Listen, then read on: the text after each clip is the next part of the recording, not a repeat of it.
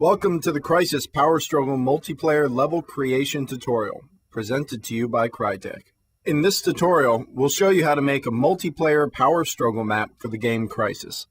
The first thing you have to do after you come up with an idea for your map is to set up some basic terrain. To do this, enter the Modify tool and select Raise Lower Terrain. Click the left mouse button on the ground and move the mouse to make the ground raise up. As you can see, in no time at all, something resembling a hill can be formed.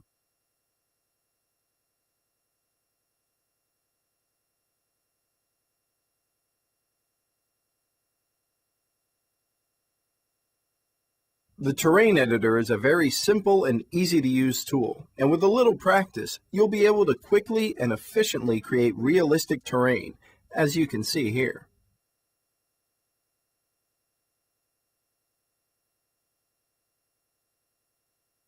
The Smooth tool can be used to remove hard edges in your terrain and to smooth out steep slopes.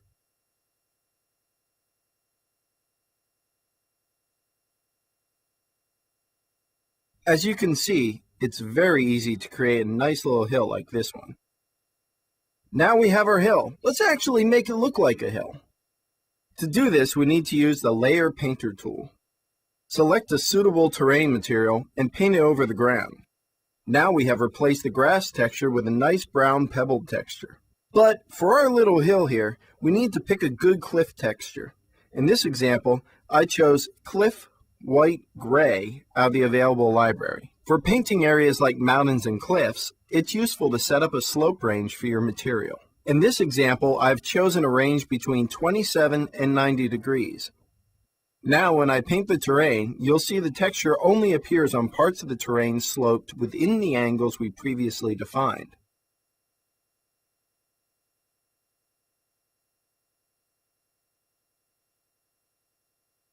As you can see, this makes terrain painting very quick and easy, with great results. Now we have finished preparing our area, we need to place some vegetation. To do this, open up the Vegetation tool and select the palm tree. Hold Shift and click on your map to place the palm where you want it. You can scale the palm with Alt and rotate it with Control-Alt. More palms can be placed using the same procedure. Now let's place some grass down. To do this, just select your grass vegetation from the menu, and with quick Shift clicks, I can place it down wherever I want to. And to finish off, let's place some bushes. Just select the bush you want and place it in your scene. And now you see we have created a nice little natural and realistic looking area. Here are a few examples of scenes with finalized vegetation.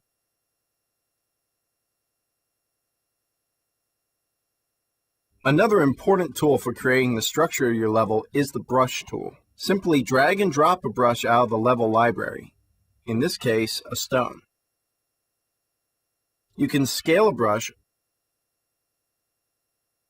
rotate a brush, and move a brush. Brushes have different forms and shapes, from a wall to a whole building, all the way down to a simple sandbag. Once you have finished the brush placement in your level, it could look something like this. The basic game elements in Power Struggle are stored in the Prefabs library. A prefab is a group of objects and entities, in this case, a spawn bunker. To create a prefab, select all the objects you want to be in it and open the database view. Switch to the Prefab Library tab, then select the correct library. Now, save it by selecting Make From Selection from the Prefabs menu and type in a name.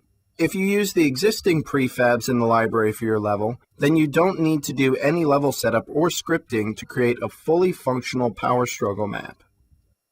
Both teams in your Power Struggle map need some basic prefabs set up in your level so they can play. Firstly, let's place a headquarters. Open the Objects tab of your roll-up bar and select Prefabs. Open up the Prefabs library and drag and drop a headquarters in. The headquarters is the main game objective and has to be destroyed by the enemy team.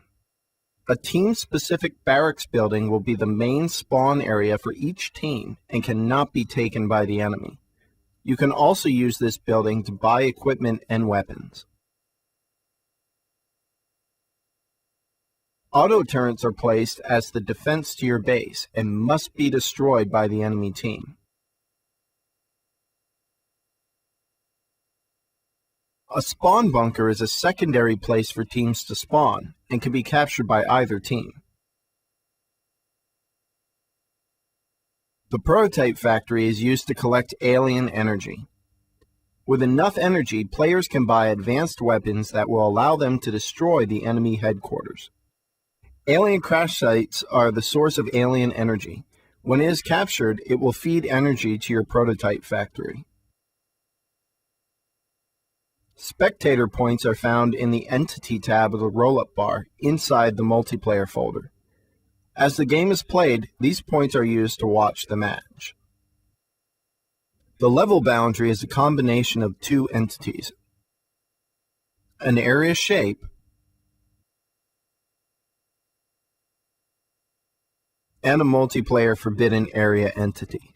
You need to link the shape to the entity using the pick function when you have the area selected.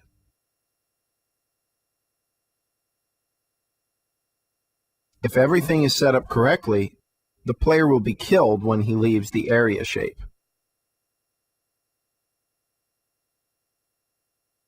To make your level work in pure game mode, you need to follow a few steps. First, create the surface texture. Next, export to engine.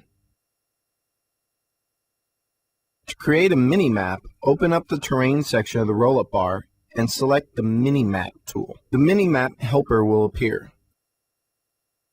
Drag the blue helper to the middle of your map and press the Use New Mini-Map Area button.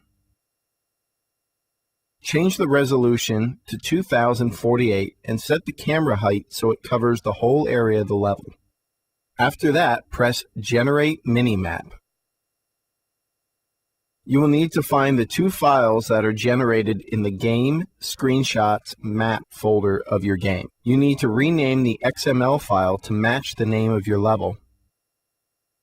Then copy both files into your level folder.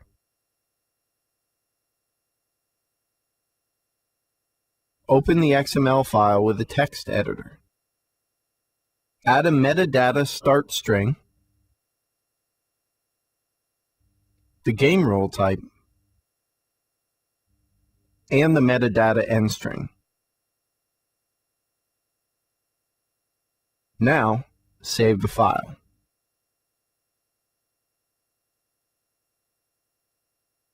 When you load up the game, your level will appear in the level rotation list.